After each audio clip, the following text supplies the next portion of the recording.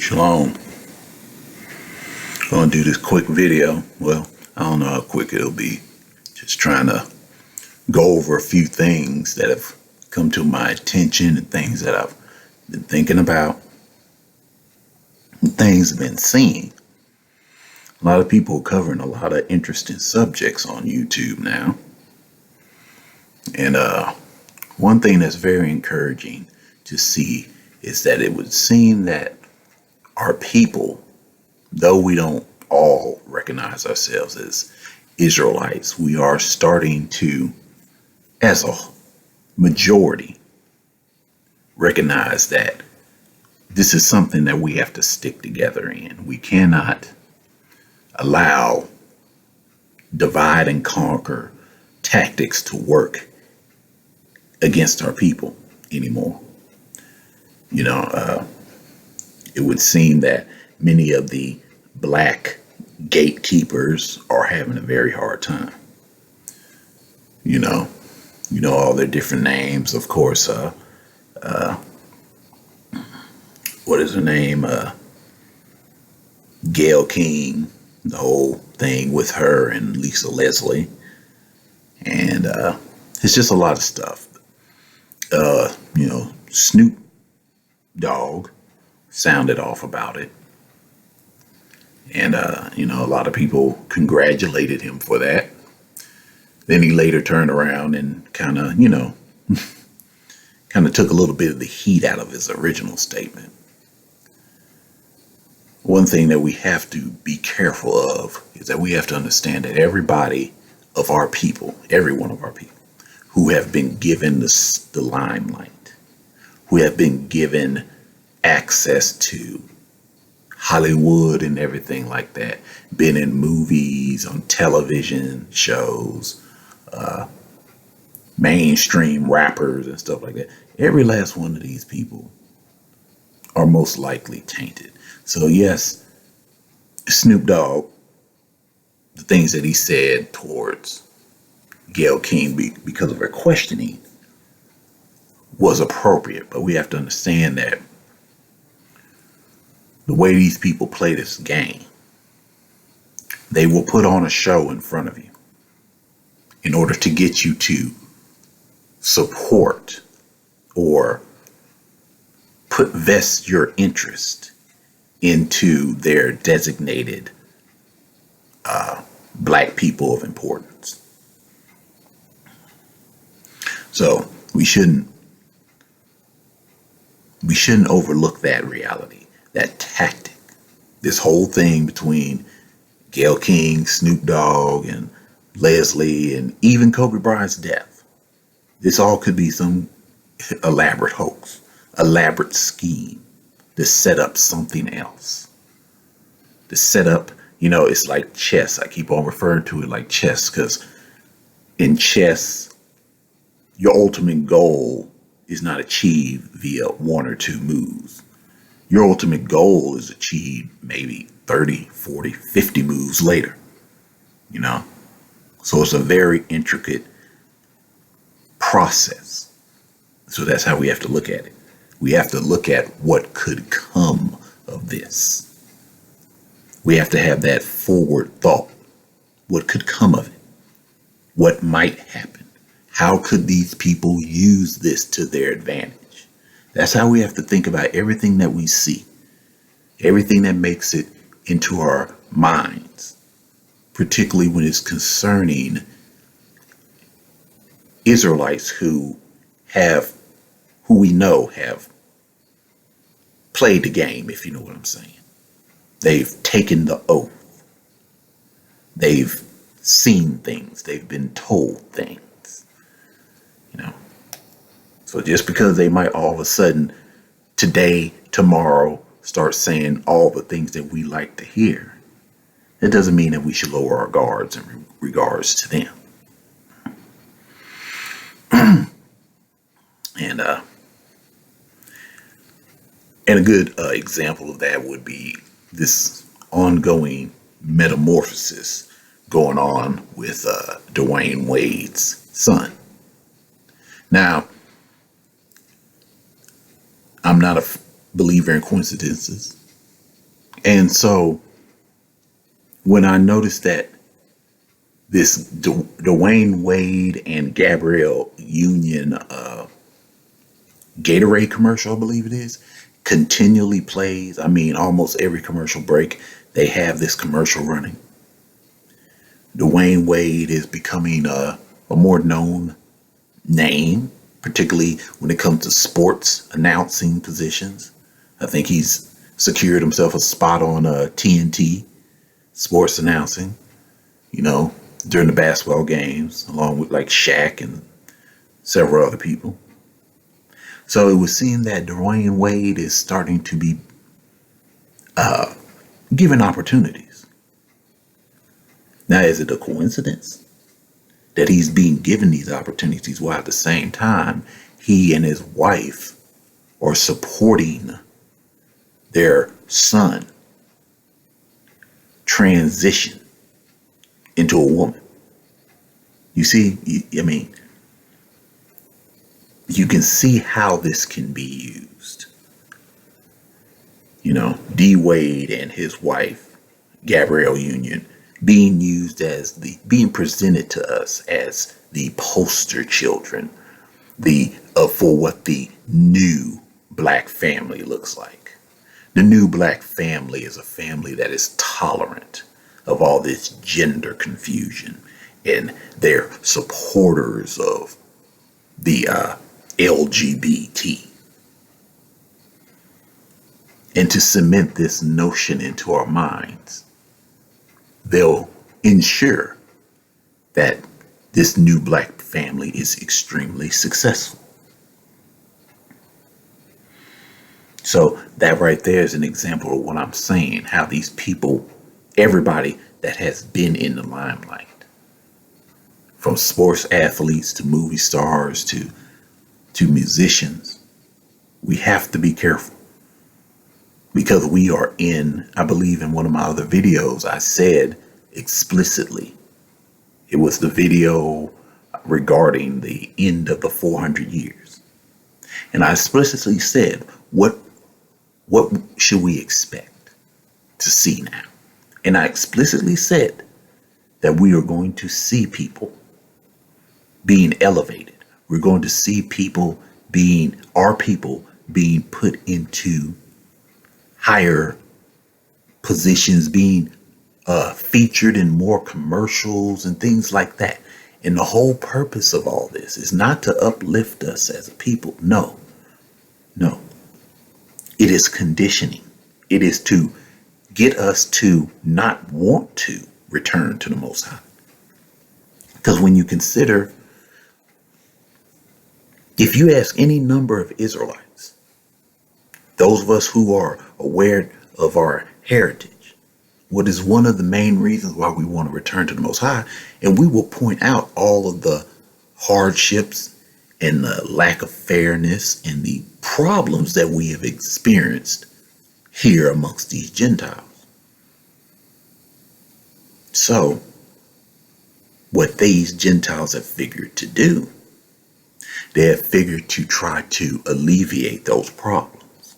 They have figured to try to reduce those hardships. But this is the question you have to ask yourself.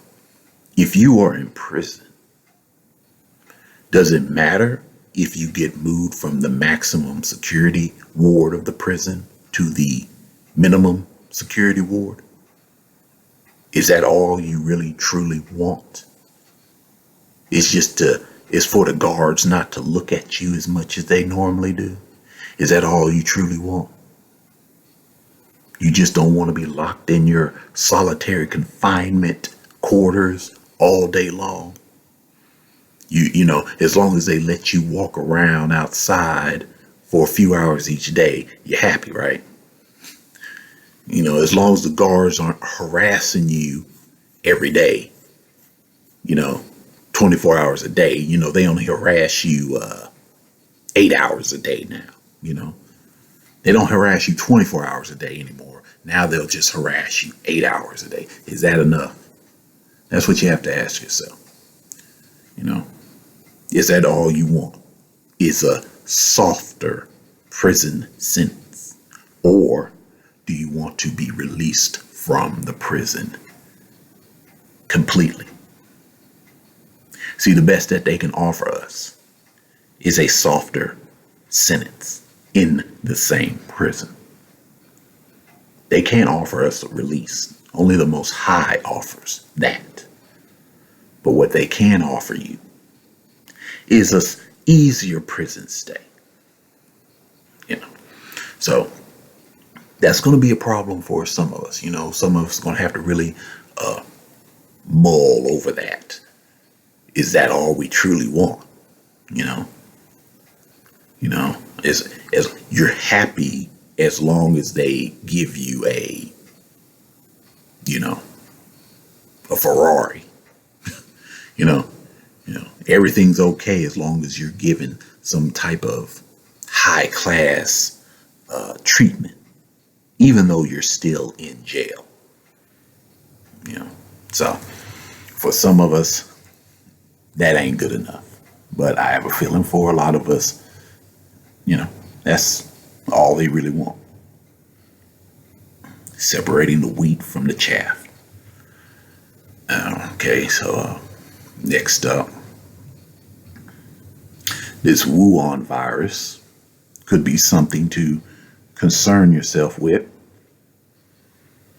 I've seen a lot of people go on about the need to prepare, go on about the need to stock up on things, try to look for stuff that can last more than a month, stock up on things that I would say try to stock up on particularly items that can last at least a year, and just set it aside, and it doesn't have to be name brand stuff, get you a bunch of cans of tuna fish, that stuff will last a few years, canned goods, things like that, because the problem is if something does go down in this nation, and this is the insidiousness of this disease, this virus, it has an incubation period of 2 weeks.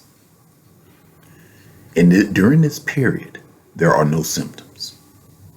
So someone could be infected with this virus, but they will feel perfectly fine. Yet they are still a transmitter, which means they can infect other people. So imagine, all it takes is one person who recently caught the virus. It has yet to materialize. It has yet to show its symptoms. And this one person goes to a shopping mall. Just goes to the shopping mall. What they normally do. And they're around a bunch of people, breathing in and out, letting loose the virus. You can't really blame them because, like I said, they don't feel bad.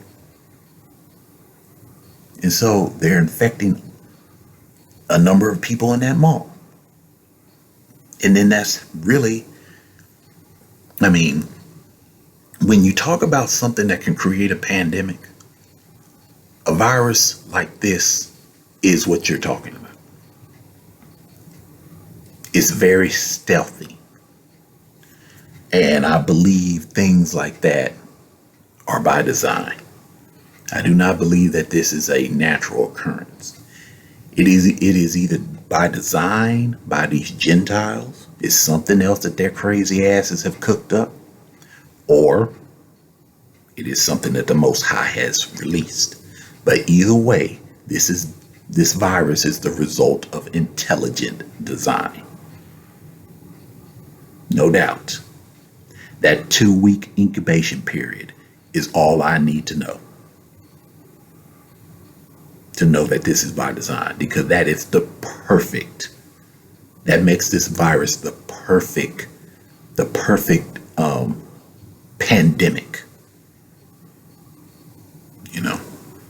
You can have people who are infected and they don't feel infected, but they are still contagious. That is perfect. It doesn't get any better than that. So with that in mind, I would say stock up on what you can. Water. If you don't have a home water filtration system of some type, if you're able to, would be the time to invest in one. Even if it's just a basic countertop water filtration system. If you do, I would say start storing and saving your empty plastic juice containers, like your orange juice containers and stuff like that.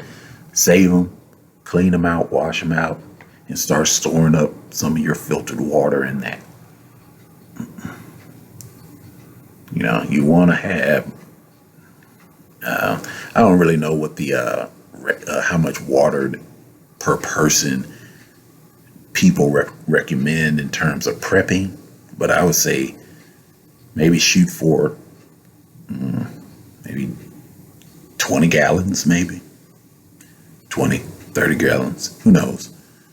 Because the whole thing is this: if the shit hits the fan, if things go bad, services shut down, people can't go to work, food can't be delivered to grocery stores,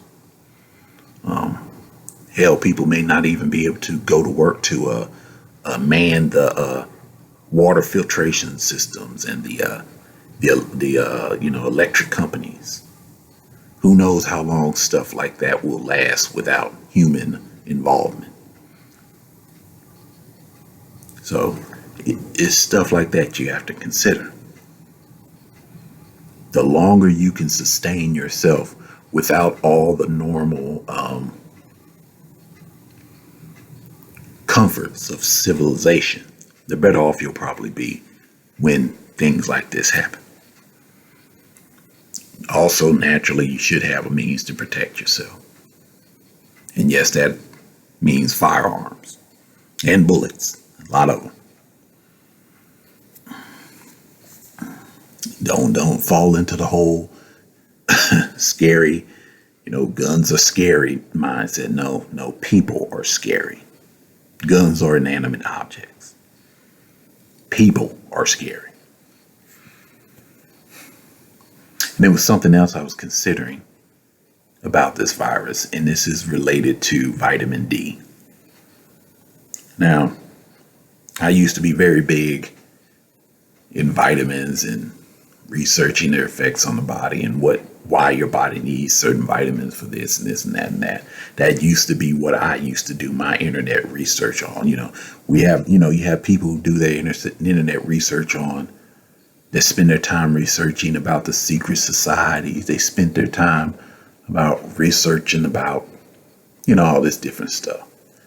Well, I was the person that was researching about nutrition. I was the person that was researching about, vitamins and minerals and why your body needs this and that and what it's good for and what it ain't good for.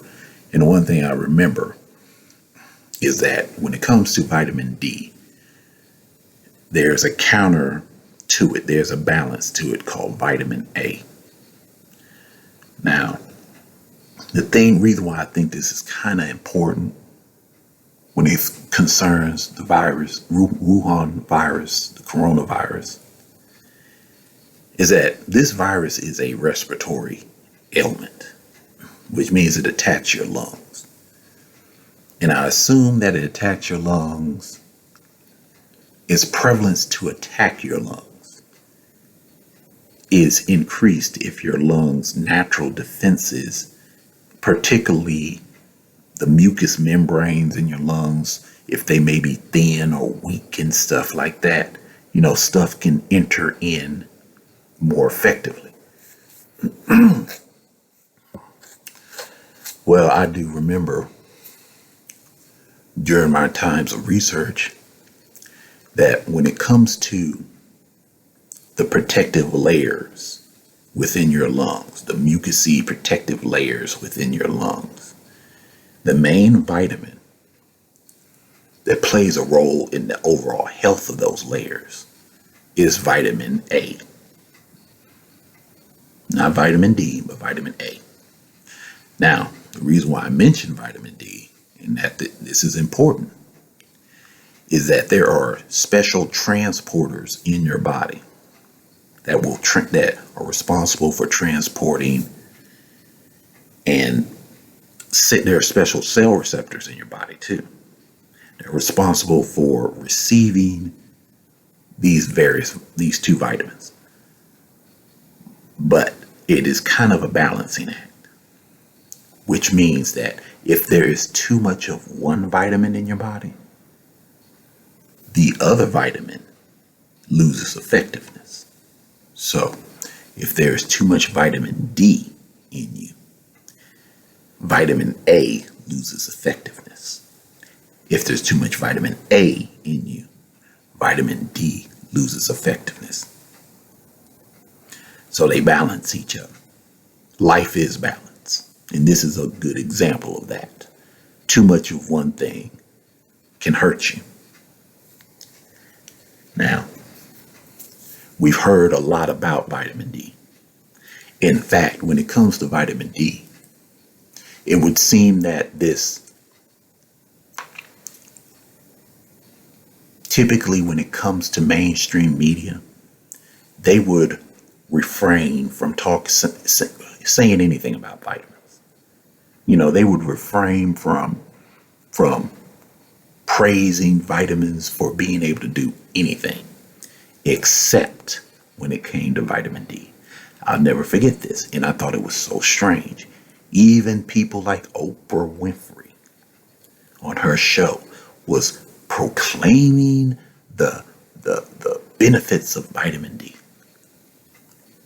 Seriously, this was like the only vitamin I have ever heard that was actually talked about on news segments about how it's beneficial, it's needed. Everything else was like, typically in time they started talking about vitamin supplements and stuff like that, it was like, well, placebo, just go to your doctor, Vitamins can't do anything for you. You're being ripped off, Basically, that's all they would tell you. But only when it came to vitamin D did they actually say this was something that we needed. And particularly, something that Black people needed.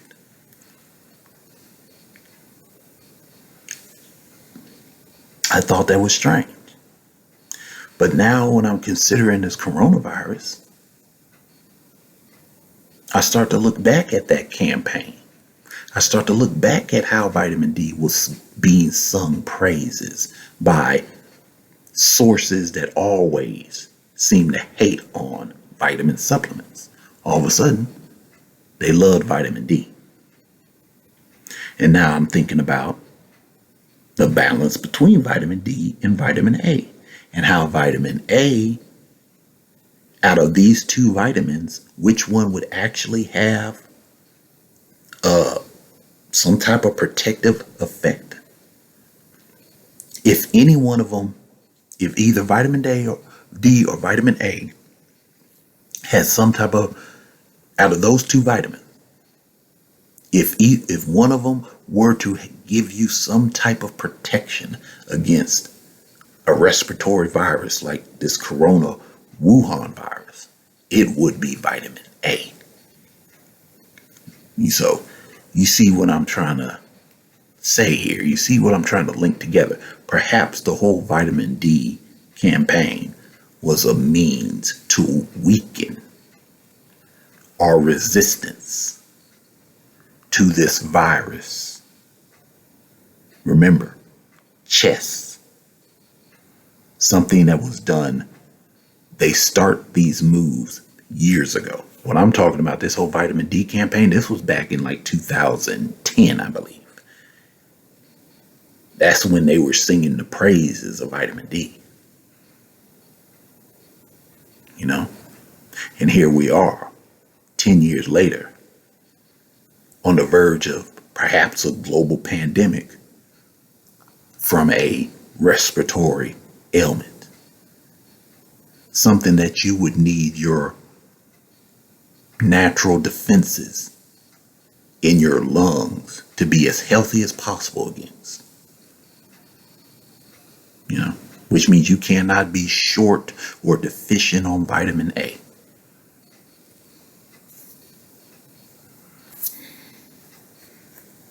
So, I don't know. That's just one of my conspiracy theories right there. You know, maybe their intention was to load people up with as much vitamin D as possible, which would naturally lower the effectiveness of vitamin A, which would consequently make you more susceptible to respiratory ailments like Wuhan virus, the coronavirus. Or maybe not. Who knows? There's another thing too, but I'm not going to get into it. It's kind of a little bit more technical. But it's a little something that kind of also has me going, in regards to vitamin A, but I'm not going to get into that right now. But anyway, it would seem that our street preaching brethren have achieved a new level of, I don't even know what to call it. There are videos going around of the street preachers. And you know the ones I'm talking about. Basically the ones that get all the attention anytime that the discussion of Israelites makes it mainstream. Anytime that discussion is on the mainstream media, you know who they're pointing to. It's always the street preachers. Well, there are videos going around of them having somehow coerced white Gentiles into kissing their boots. And they're saying that this is fulfillment of prophecy. Now, I don't know the verse directly, but I do know what they're referring to, where it basically says that the kings and queens, the princes and the princesses will bow down and lick the dust off your feet. So they're saying that coercing random white Gentiles who probably have less power than they do, they're not anywhere near the kings and queens of this world. They think that coercing them to kiss their feet is fulfillment of that scripture.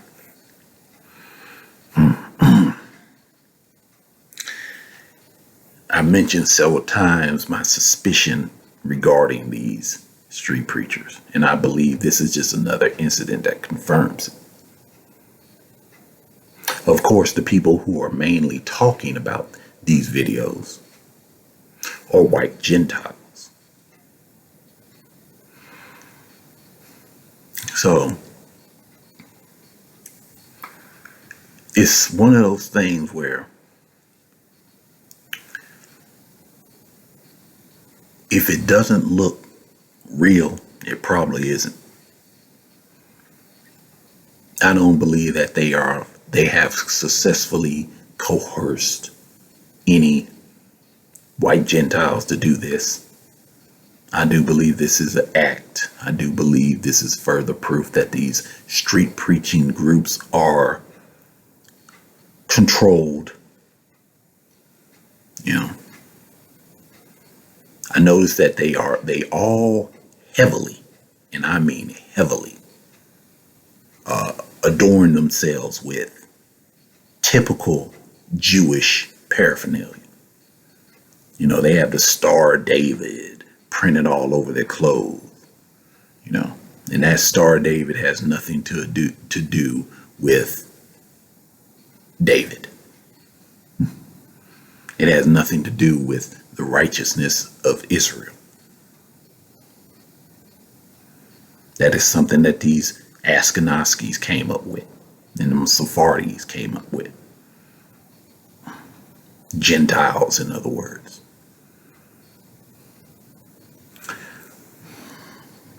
But yeah, they're heavily adorned with all that kind of stuff. All that type of stuff. More so than any other Israelite groups I've seen.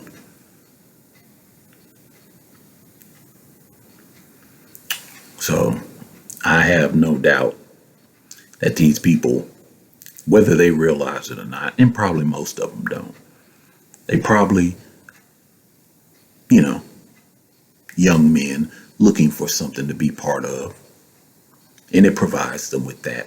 But they don't understand truly what is going on and what is being done with them and through them. They're ignorant of it all. This whole having white Gentiles kiss their feet, that is not, there is no way, that is not fulfillment of that scripture that they refer to. Now, if you had one of the Rothschilds kissing your feet, if you had,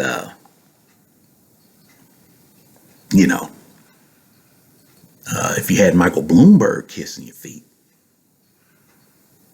if you had Hillary Clinton kissing your feet, if you had Donald Trump kissing your feet, if you had Angela Merkel kissing your feet, and so on and so on,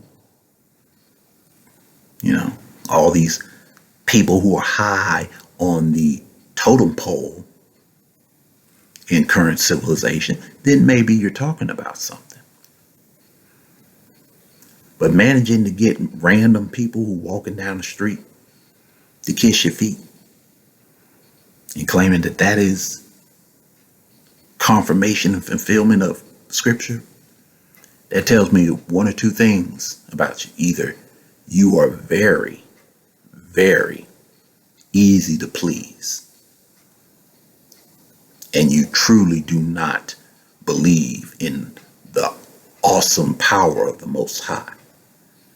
You don't think that he can get Donald Trump. You don't think that he has the power to make the Rothschilds bow down and kiss your feet.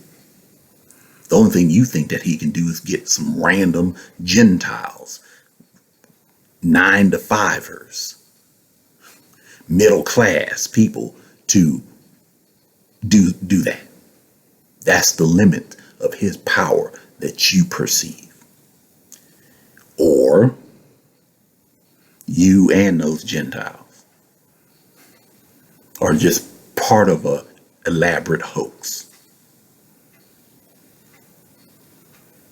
designed to totally undermine, badmouth, and destroy the reputation of our Israelite movement.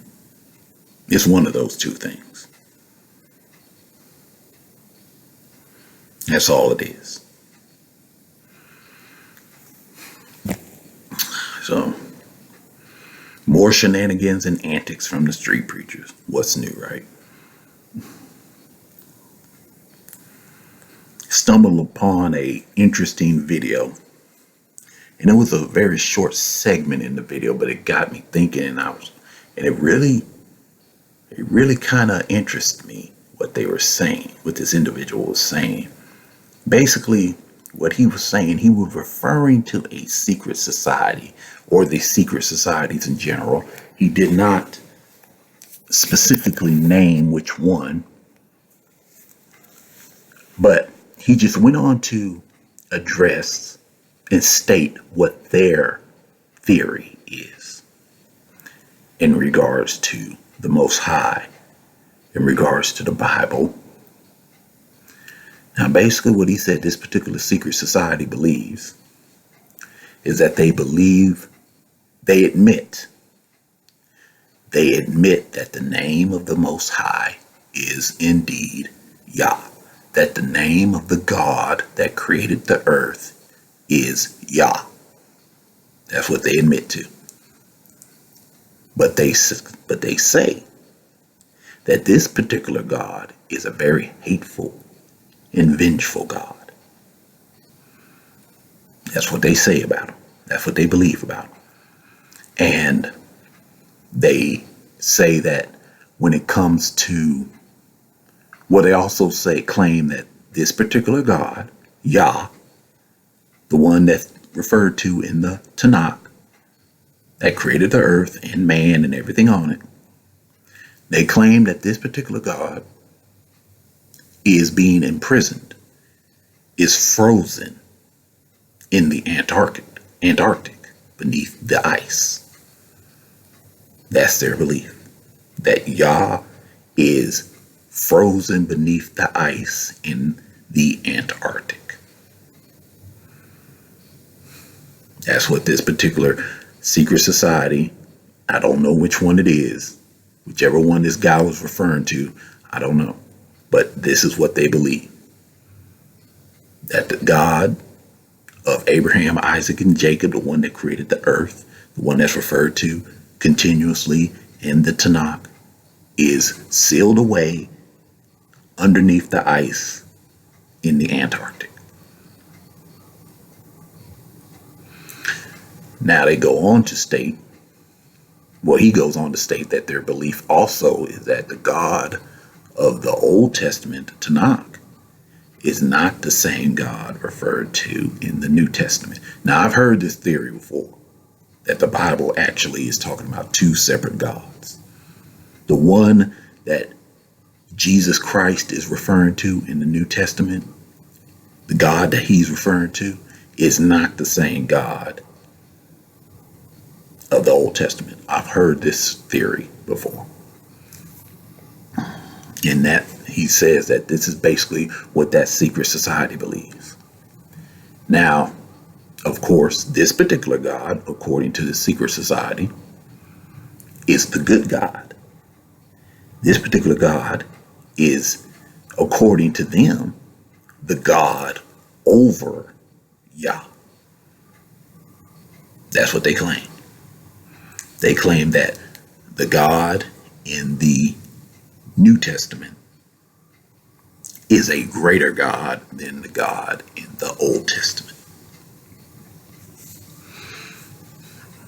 That's their belief.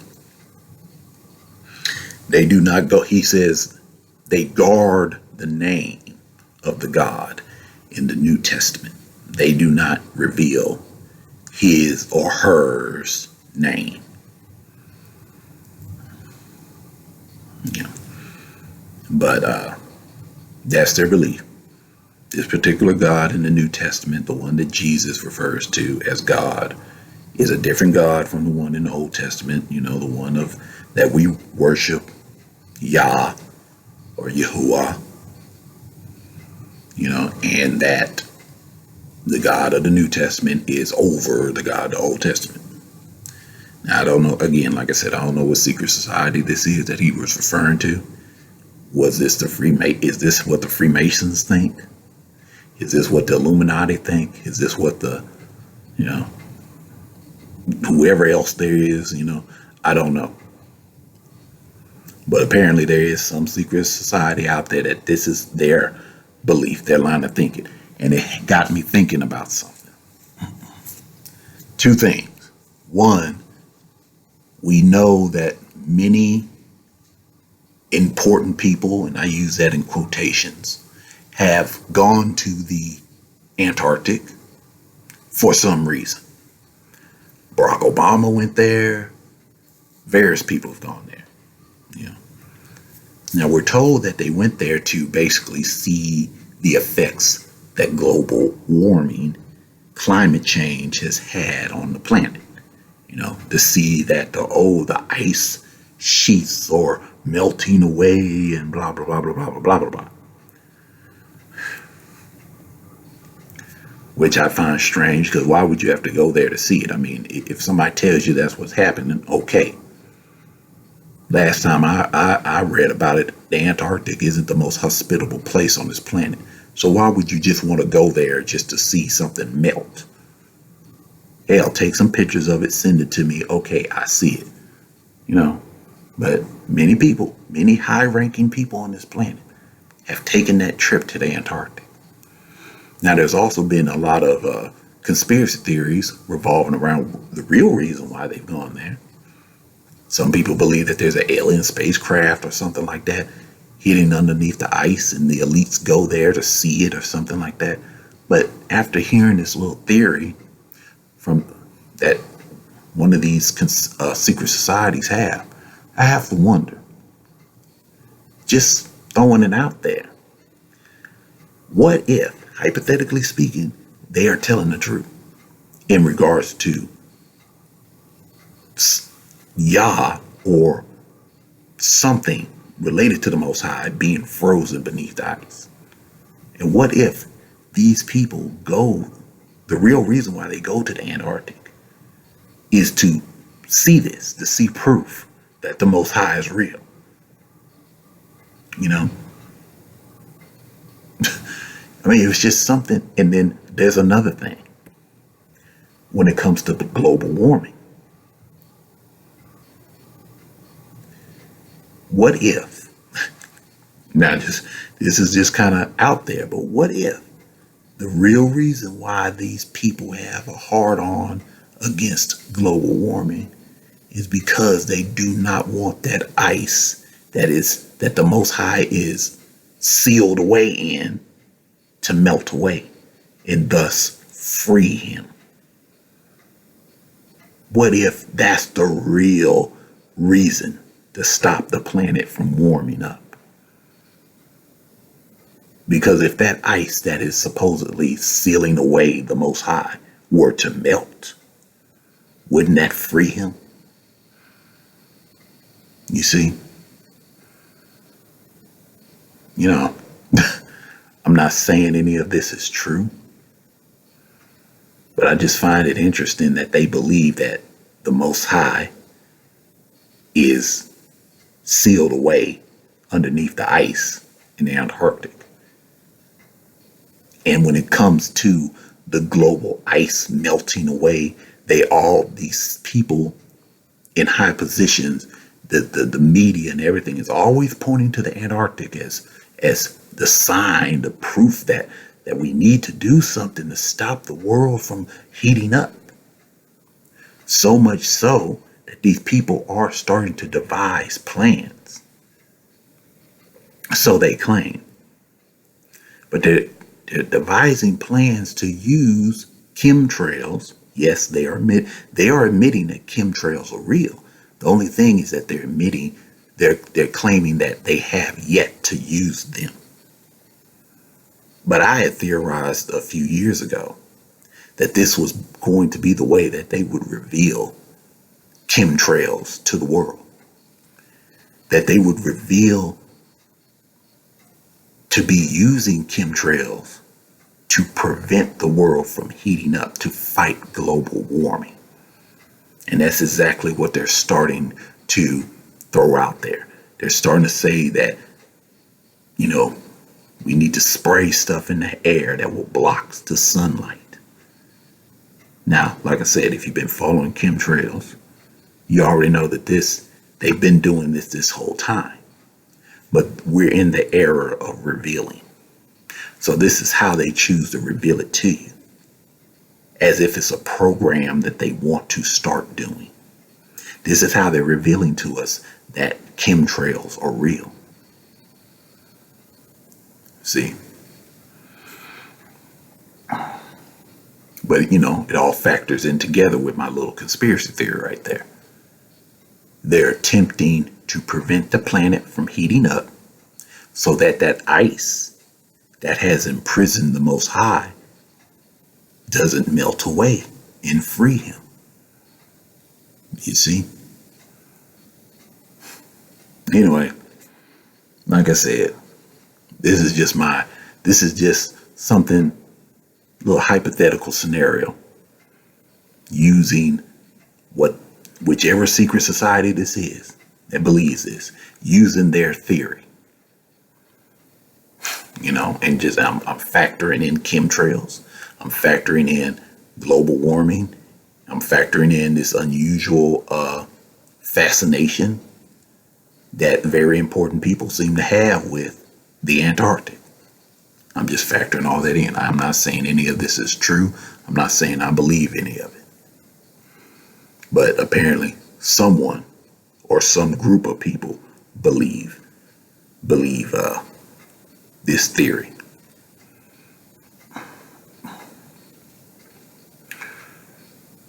And I guess the last thing to talk about is this. It would seem that you can see the if you watch enough movies and TV shows, you can see the desired format when it comes to our people. Basically, you can see what positions they want our genders to be in. From what I can tell, when it comes to Israelite men, we are basically meant to be in the minds of these Gentiles and the people who are controlling all this and behind all of this.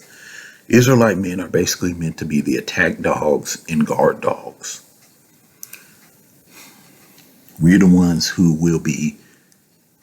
they desire to be guarding them or attacking their enemies. Now, naturally, that's not too far removed from what the Israelite men were doing back in Scripture anytime other nations took them away. They immediately put Israelite men into their militaries. So it would seem that that's basically all they got for us. We're either supposed to be protecting them or fighting their enemies. And you see this continuously still in this day and age being depicted on TV shows and movies. You'll constantly see a Israelite male security guard, or Israelite male police officer, or Israelite male soldier. That's the only role that you may see an Israelite male in that particular movie or TV show. You won't see an Israelite male in any other role. Either he's a cop, he's a security guard, or he's a soldier. Now, when it comes to Israelite females, it would seem they have a little bit better view of them. I do believe they have the view of kind of viewing Israelite females as equals, so to speak. So, okay, it's the same scenario. Let's say you're watching a movie and it's a group of scientists and they're working on some type of experiment.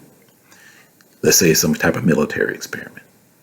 Now, again, the only Israelite males that you see are the soldiers or guards that are guarding the experiment, guarding the scientists, right?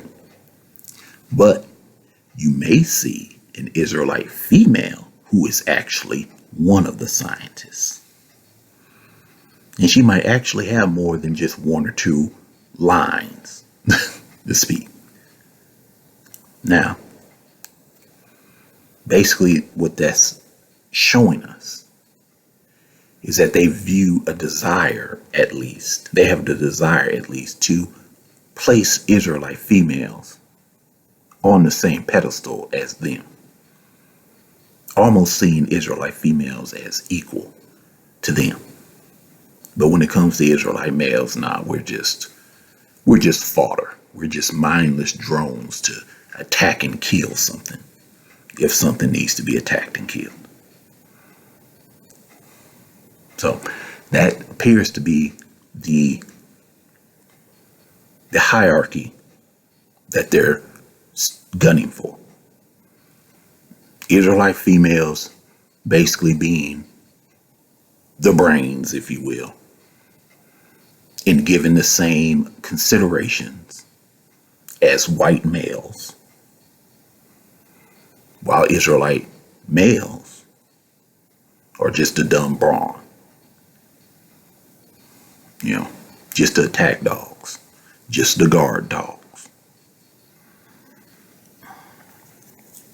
It doesn't take too much study of scripture to understand how that is a complete role reversal of what the natural hierarchy is supposed to be amongst men and women.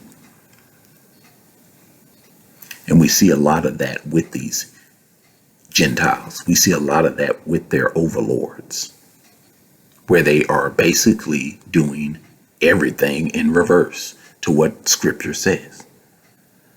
Most High says in Scripture that the woman should not be over the man, that the man should be over the woman. Well, these people say otherwise. Most High in Scripture says a man should not wear female clothing or sleep in the bed with another man. Same thing for women. Well, these people say otherwise. So it just seems like anything that the Most High says don't do, they say do. Where Most High says no, they say yes.